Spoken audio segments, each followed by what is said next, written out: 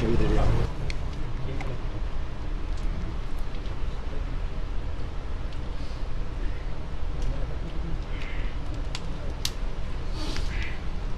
السلام عليكم ورحمة الله وبركاته.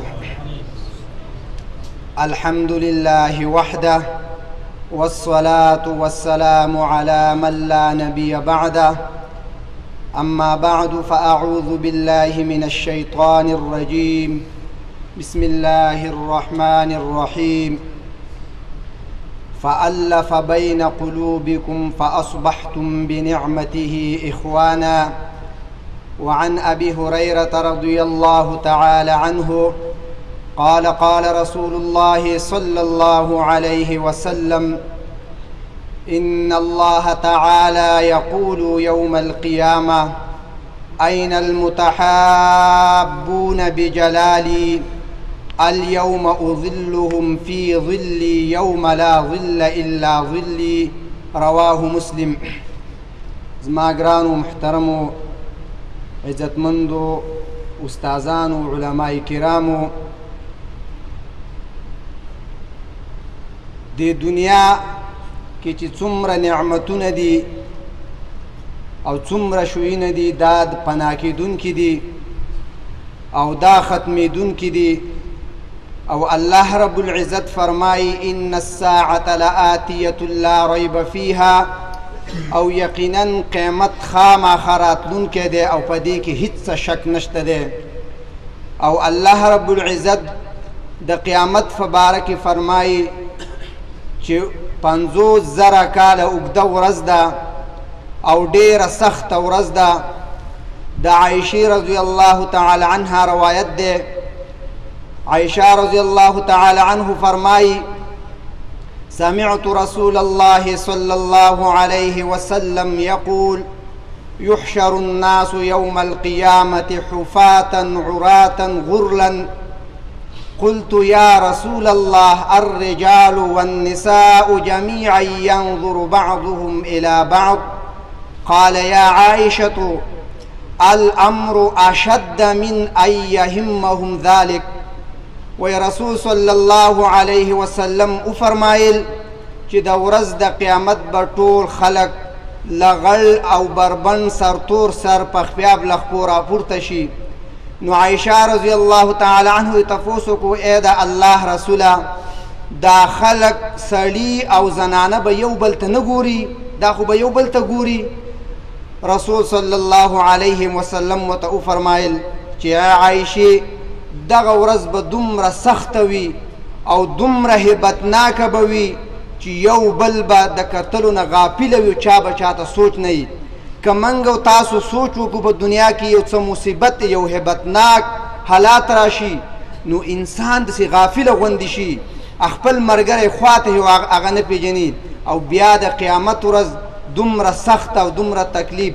که موږ او تاسو سوچ وکړو په دې دنیا کې د مور پلار بچو سره خلق ډیر بې انتها مینه محبت کوي او ډیر زیات ورته ګراني، او حتی چې د بچو دپاره حلال او حرامو ته هم نه ګوري او د هغې دپاره دا محنت لا کوي چې د بچي دپاره څه وګټم. خو الله رب العزت فرمایي چې داسې ورځ راځي چې یوم یفر المرء من اخیه و امه و ابیه و صاحبته و بنیه، چې دا پلار به د زوی نه تختی، ورور به د ورور نه تختی، مور به د لور نه تختی، په دې لالچ باندې چې چېرته زما نه یوه نیکي ونه غواړي او څه رانه ونه غواړي. نو دغه حالات دي. ډېره سخته ورځ ده. الله رب العزت دې موږ ته اسانه کړي.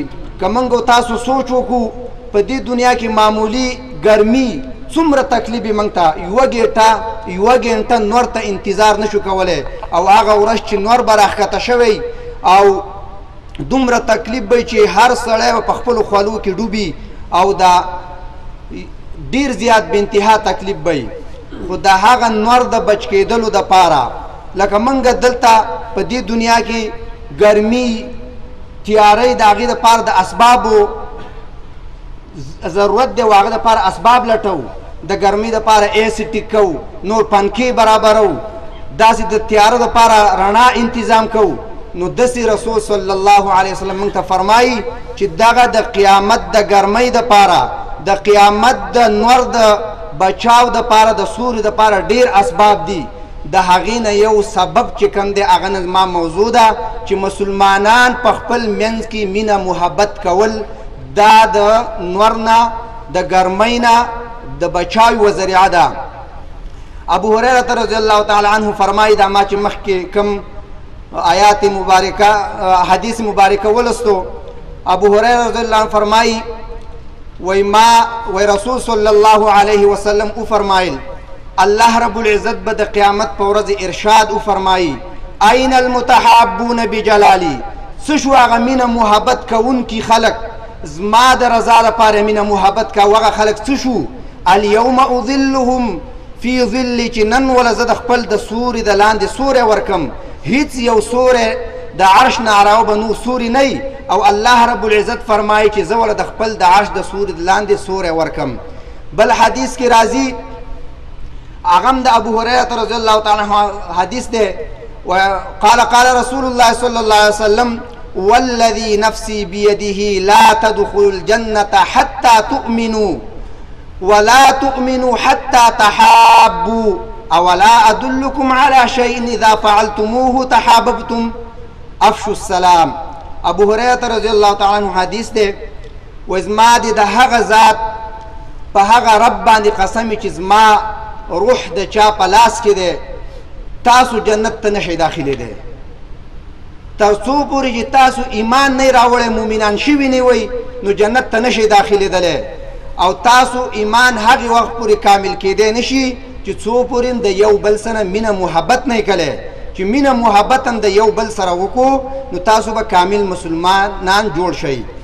او رسول صلی الله علیه وسلم به وفرمایل ای صحابو تاسو ته یوه داسې کار وخیم یو داسې دوا درته وخیم چې تاسو دغه استعمال کړئ نو ستاسو خپل منځ کې مینه محبت پیدا شي. صحابه رضی الله تعالی عنهم وفرمایل چې او موږ ته راوښیه د الله پیغمبره نو رسول صلی الله علیه وسلم ورته وفرمایل چې افشو السلام خپل منځ کې سلام دا عام کوي څوک روان یې هغه باندې السلام علیکم وایي دې سره مینه محبت سیوا کېږي.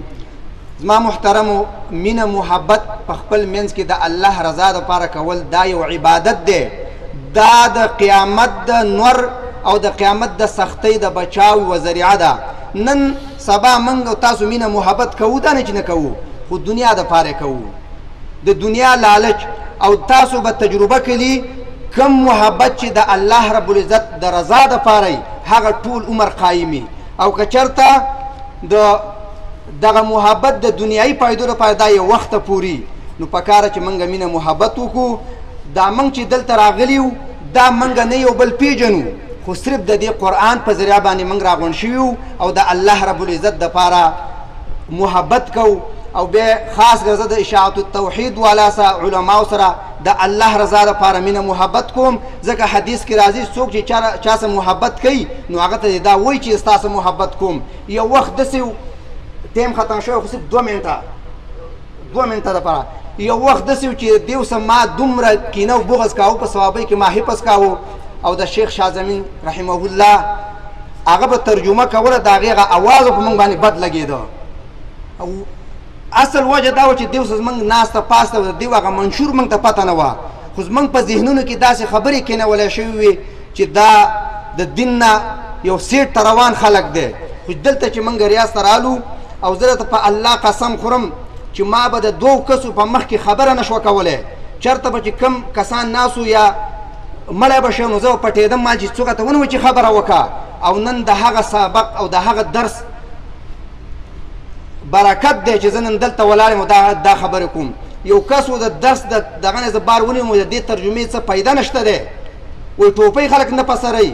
نن زه هغه کس ته ویم چې دغه درس او د هغه قرآن برکت دا دی چې ټول د مزدورۍ دپاره راغلي خو دا کم خبرې چې وکړي دا د دې درسونه پاکستان کې ما نه دي یاد کړي ما نه شو کولی نن د هغه درس دا برکت دی چې زه دلته دا خبرې کومه نو زه ټول د اشاعت التوحید د الله رضا لپاره مینه محبت کوم او الله رب العالمین دې دا مینه محبت موږ د قیامته پورې وساتي. واخر دعوانا الحمد لله رب العالمین.